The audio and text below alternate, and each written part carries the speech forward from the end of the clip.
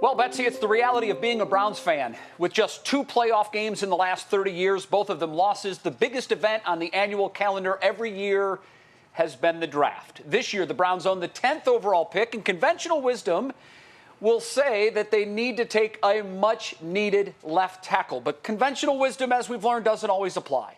Jimmy Donovan is the voice of the Browns. He joins us now on the day before the draft. And, Jim, this will be the oddest draft ever. It'll be done essentially the way fans have done our fantasy drafts for the last 2 decades. That is virtually. So a ton of technology, and just the intrigue alone is going to be a reason to watch. How will this work, and what is the Browns' plan? Okay, well, I was trying to, live past the 30 years and the 2 playoff games, but wow, you're right. All right, let me go into this draft.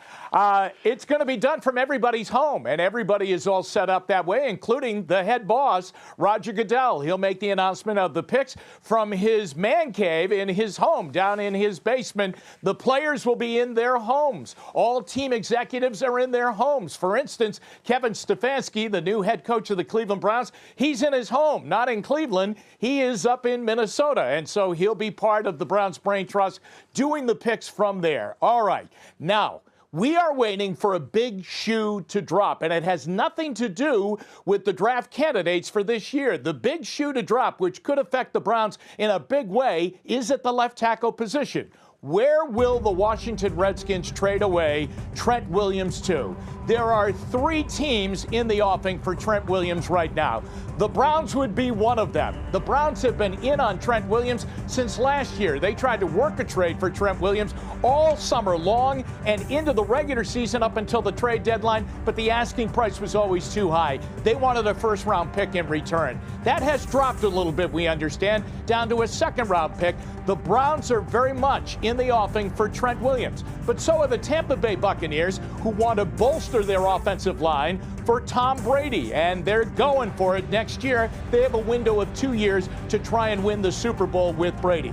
The third team would be Kevin Stefanski's old team, the Minnesota Vikings, who feel that their window to win is wide open right now. They made a playoff run last year before losing to San Francisco. Williams would solidify the left side of their offensive line. He is the most talented left tackle on the board right now, and he's 31 years old. But the Browns are in the hunt. Would they pull the trigger on a trade, and do they have enough draft capital to do that? If all of that doesn't work, the Browns sit at the number 10 position, and if you need a left tackle, and as Shea mentioned, and I agree with him, they do, then these are the top 2 guys on their board right now. Andrew Thomas, the mammoth left tackle out of the University of Georgia. He blocked for Nick Chubb in his freshman year at Georgia. That was when he played right tackle. He went over to the left side, and he's been even more impressive over there. He is ready-made. He's ready to go in and play at left tackle. I'm not saying he's Joe Thomas, but if I were the Browns and he was available at number 10, that's the guy I would go for.